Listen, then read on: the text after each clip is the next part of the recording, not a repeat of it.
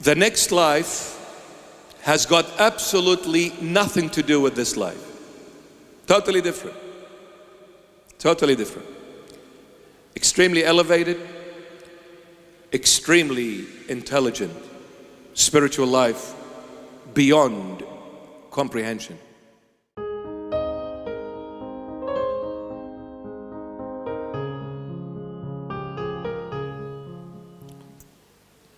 The creator of all that is the one and only, the love of my life, Jesus Christ of Nazareth.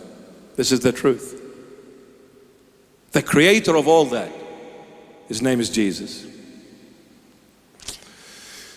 In the beginning was the Word, and the Word was with God, and the Word was God. Jesus Christ is God revealed in the flesh. There are a couple of things going through my head now. I don't know which one to talk about, because each one will take 10 hours. I'm kidding, not.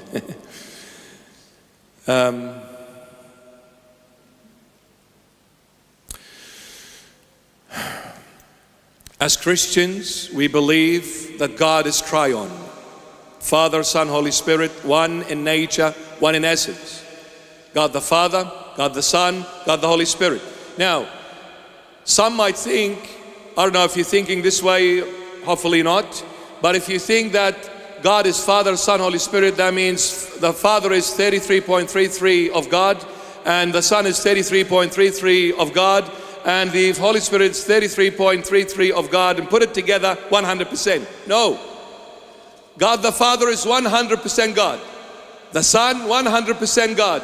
The Holy Spirit, 100% God. All of them are God, all one in nature and in essence.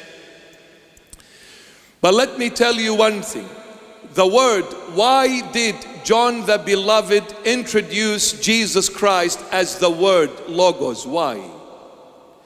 Because just like God is Trinity, so as the word operates in three ways, no more, no less. Number one, the word reveals the speaker. Two, the word establishes relationship. Three, the word commands, gives an order. No more, no less. The word operates in three ways and three ways only. Reveals the speaker, establishes relationship, and gives an order. If I were to stand here before you and say absolutely nothing for hours and days and months and years, you will never know what's in my mind, what's in my heart. The moment I speak, I'm revealed. The word revealed to you what was going through my head and what was going through my heart. The word reveals the speaker. Two, the word establishes relationship. And to any relationship, any kind of relationship, the name is the number one thing to that relationship. A guy, Jono, is walking and he sees this gazelle passing by, and his heart goes bum bum and his brain goes num num. So he walks up to that girl and he say, "Hey girl, what's happening?" And he will come to her and he say, "Hi, my name is John. What's your name?" The name is the very beginning to that relationship. Why the name is the number one thing to that relationship? Because the name is who you are, your identity.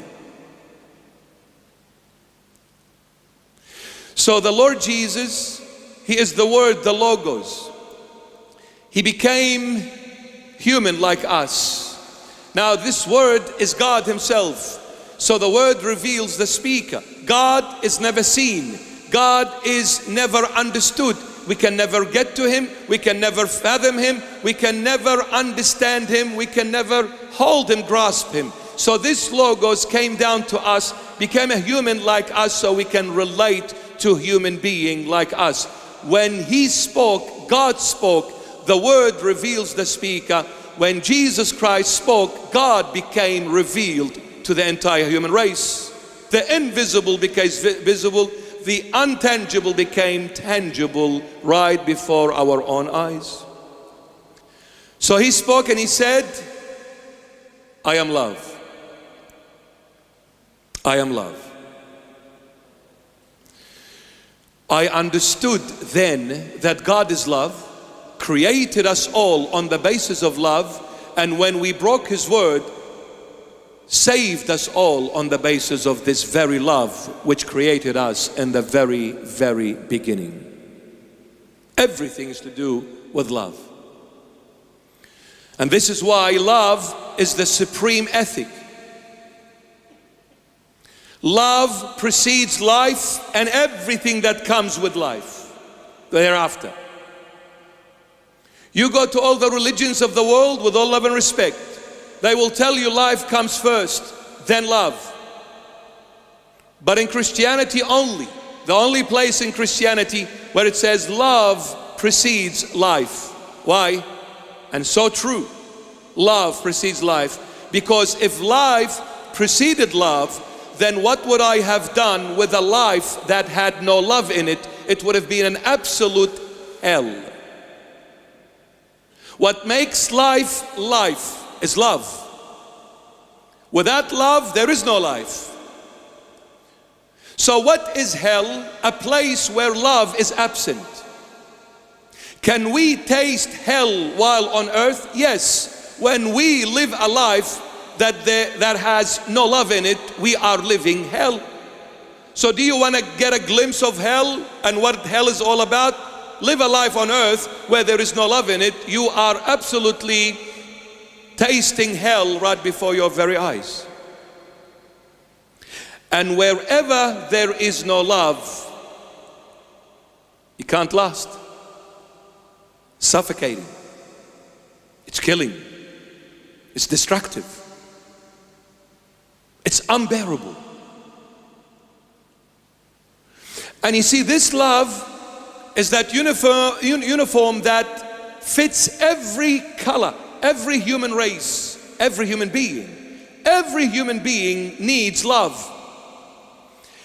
Everyone, the atheist, the Buddhist, the Muslim, the Hindus, every human being, white, yellow, red, whatever color, black, all are in need of this love. Everybody wants to be loved. Everyone. God is love. And with this love gave us life. See, the Gospel of John is so deep. It's so deep. I'm just talking as an introduction. I won't even be talking about the Gospel.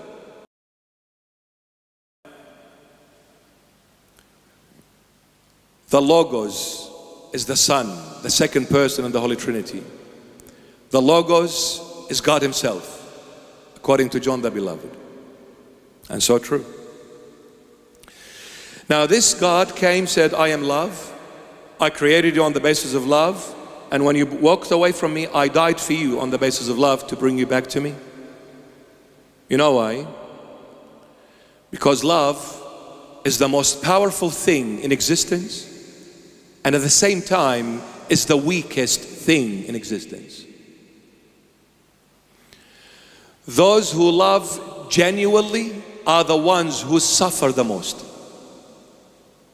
True? Oh Father, I loved him with all my heart. He dumped me.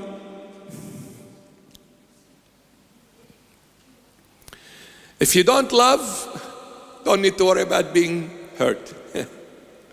The moment you start loving, all hell breaks loose. I can't sleep anymore.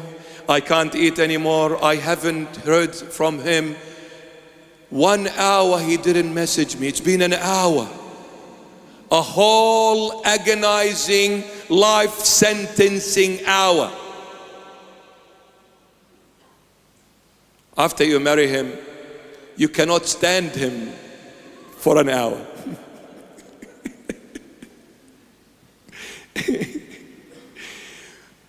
I don't know, marriage changes everything. Anyway, love. Love is the supreme ethic. And wherever there is true love, there is freedom. Freedom is indispensable to love. You cannot separate freedom from love. Since there is genuine love, there must be freedom. Why? Because without freedom, you cannot live this love, you cannot taste this love, and you cannot share this love. It is the freedom that gives you this authority to do so. Without freedom, you cannot express your love. You cannot share your love. You cannot taste your love. And you cannot love. So wherever there is love, true love, there is freedom. Since there is freedom, there has to be choices. Otherwise, how can you say you are free without having a choice to make? And since there is choices, there is the will, which is one of the most powerful tools God gave humanity, the will, to decide to say yes or to say no, to do or not to do. That's the will. So love, freedom, choices, the will. Therefore, love is a choice, not mandatory. I choose to love. I am not forced to love. And that goes also with God. You can choose to love God, and you can choose to do otherwise. And God will not stop you. Because He cannot. Why He cannot? Because He put it in you. He gave you this privilege. He will not go against what He has done. Because God is perfect, being holy. He cannot contradict Himself. A holy being, meaning He is of good character. What is inside of Him is outside of Him. There is no contradiction within God. The way He thinks, the way He talks, the way He does things. You see, us, we are not holy. Why? Because sometimes what we think of is not what we say. Inside of me, I can't stand you, but in front of you, oh, I love you so much. What a liar. We're not holy. But God is. When God comes and He doesn't like you, He'll say, I don't like you. You're getting on my nerves. God is like this, inside and out, open. He's the light. Nothing is hidden. So now, love is a choice. I choose to love, and I choose not to love. It's a choice. That's why when a couple comes, standing before the holy altar and the priest will ask the couple, are you willing to take her? Are you sure?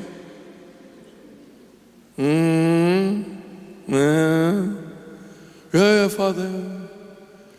Daughter, are you sure you want to take this? He's not that good looking. Where did you get him from? Are you willing? Are you willing? Yeah. Are you sure? Yeah. Father, the plane is waiting. We have to go to Hawaii. Please hurry up. Easy said than done. Will you take her in good times and bad times? Yes. In sickness and in health? Yes. In richness and in poorness? Yes. And the moment he is on Centerlink, I divorce you.